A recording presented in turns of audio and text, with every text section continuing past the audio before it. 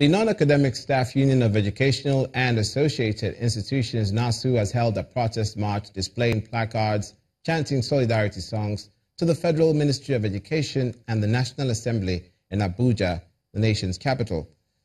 NASU, the National Association of Academic Technologists, and the Senior Staff Association of Nigerian Universities, SANU, have been on strike since December last year to protest the non-implementation of several agreements entered into with the government.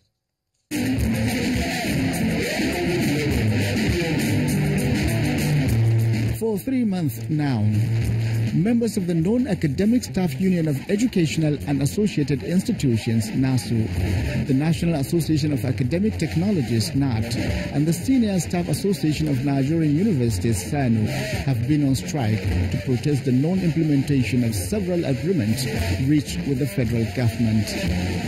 This is also the reason why the striking workers have converged on the Unity Fountain in Abuja to stage a protest.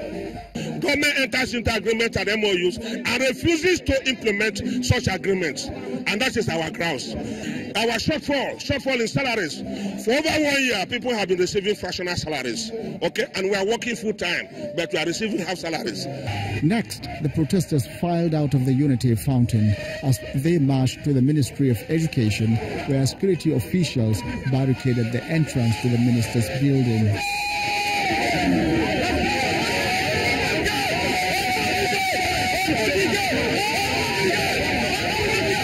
The barricade finally opened and the protesters moved in to the basement of the minister's building, where the Director of Tertiary Education addressed them.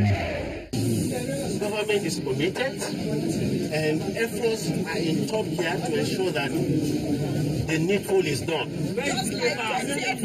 The next destination is the National Assembly. The gates are thrown wide open as the protesters march to the arena of the National Assembly. Their mission is to seek the intervention of the lawmakers in the industrial action that has lingered for 3 months. We first took this to the Ministry of Education, where we went to the office of the minister, and here we are now to the legislature, so that they will also be aware. In case there is any financial implication, they should be aware and also play their role effectively to addressing this issue once and for all. We know that the National Assembly are People's Assembly.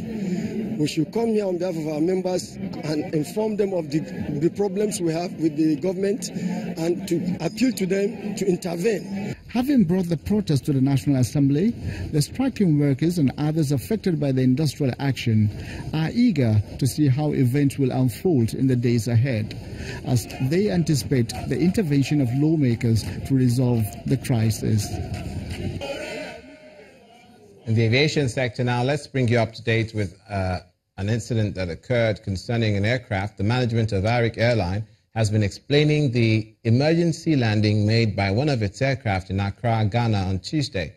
A statement released by the airline says, quote, Arik Air flight with W3304 from Lagos to Accra on March the 6th, 2018, declared an emergency in line with standard operating procedure when smoke was detected in the cabin 81 miles from Accra. The captain of the flight briefed the passengers accordingly, assuring them that the aircraft was under control and landed safely in Accra. The aircraft, a Dash 8 Q400, landed without further incident, and all the passengers disembarked normally. End of quote. Arik Air's explanation is coming in the face of messages circulated on social media by one of the passengers claiming that the plane had caught on fire and alleging ill treatment meted out to passengers after the plane landed. In recent weeks, Nigeria's aviation industry has witnessed a series of near mishaps. In February, a Dana aircraft door fell off after landing in Abuja.